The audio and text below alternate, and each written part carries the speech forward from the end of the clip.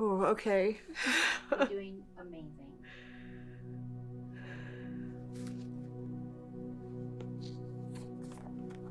Oh, I'm sorry.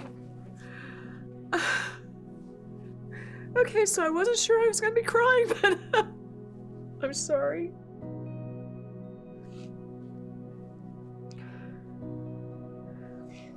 It's almost been 30 years, can't believe it. To the baby I never got to hold. When I found out I was pregnant with you, I felt both overwhelmed and amazed. I remember feeling amazed that I was pregnant for the first time in my life at 35 years old. But that amazement was quickly overshadowed by fear about the circumstances of my life at the time. I was separated and was going through a divorce when I reconnected with my first love after 15 years. We were not planning on being intimate. However, after some time, we were, and I became pregnant with you. I had always had a deeply held conviction as a Christian that abortion was wrong and was never a viable option. But I began to put my convictions aside as the fear of losing your dad a second time overwhelmed me, and concerns about what others would think of me consumed my thoughts. When I told your dad that I was pregnant, he said he didn't want to start our second relationship off with a child, as he already had 4 of his own. I felt that to keep him in my life, I would have to have an abortion. When I told a dear friend that I was pregnant with you and was considering an abortion, he told me that he knew I could never go through with having an abortion because he knew my convictions and he knew how it would affect me. While driving home from that meeting, I put my hand on my belly and I told you, we're gonna make it, resolved not to have an abortion. I felt relief that I didn't have to think about having an abortion anymore. However, after talking again with your dad, he was adamant that he couldn't handle another child, and we decided together to go through with the abortion. Your dad was my first love, and I felt like I had been given a second chance with him. I was desperate not to lose him again, so I ignored my core belief that abortion was wrong. The day of my appointment, I was deeply grieving this exceedingly selfish choice I was making. I was weeping in the procedure room, and the doctor, seeing my distress, told me we didn't have to do the abortion procedure. However, I thought of your dad in the waiting room, and I told the doctor that I'd had to do it. The room felt mechanical and lifeless.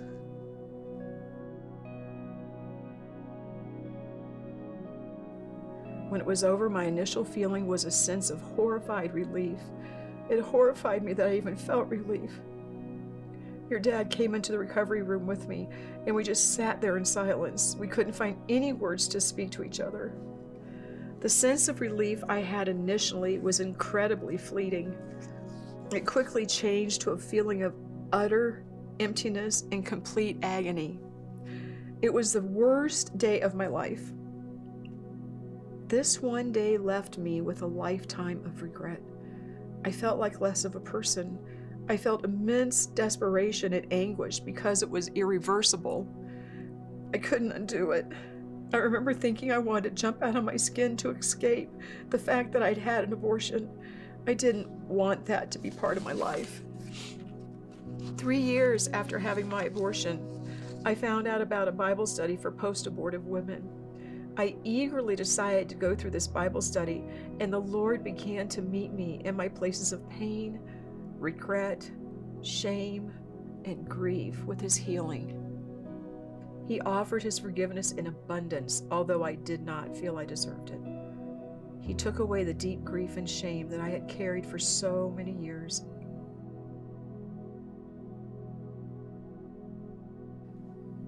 After completing this beautiful and powerful study and encountering deep healing and forgiveness that only the Lord Jesus can give, I was qualified to volunteer at a community pregnancy center and did so as a phone counselor for a 24-hour helpline for women facing unplanned pregnancies.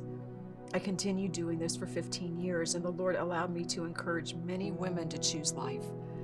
The Lord wove his beauty into the ashes of my failure and invited me to help these precious women in their hour of need. I wish more than anything I would have had the courage to have you, Melissa. I know you would have been an amazing woman who loves the Lord. I named you Alyssa Renee. I found out years later that Renee means born again, which felt like a kiss from heaven. God showed me what you would have looked like as a toddler, and you were so cute with curly brown hair and brown eyes. Then he showed me you as a 17-year-old, beautiful young woman with straight brown hair. You were absolutely precious.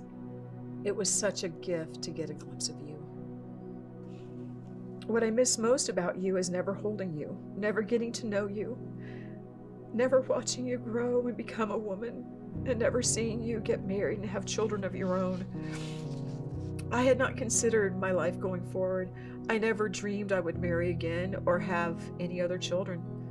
I never considered what my future children would be missing without you in their lives, the impact this choice would have on my possible family in the future, and how my choice would have ripple effects for generations to come.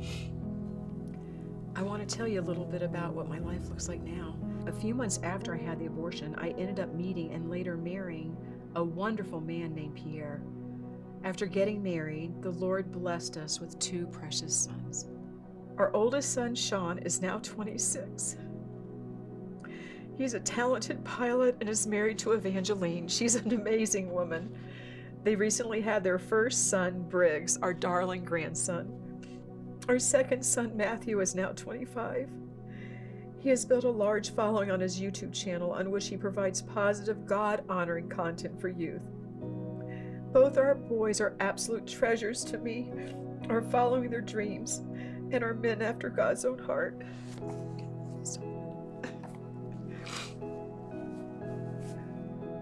It just blows my mind that the Lord allowed me to have 2 sons after what I did.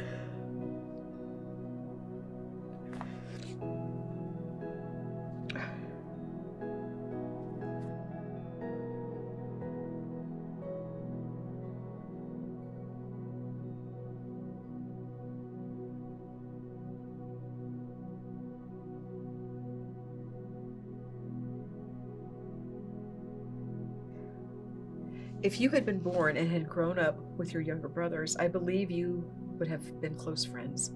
Your brothers would have adored you, and you all would have had so much fun together.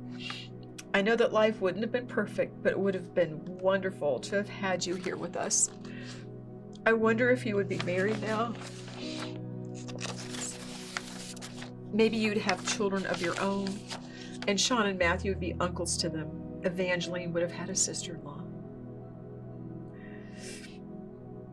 You would have been 29 years old on Mother's Day this year. I know one day I'll see you in heaven, and I'm so excited to meet you, tell you how much I love you, and spend eternity with you. After seeing the Lord, you are the first person I want to see. I love you, Alyssa. Your mama.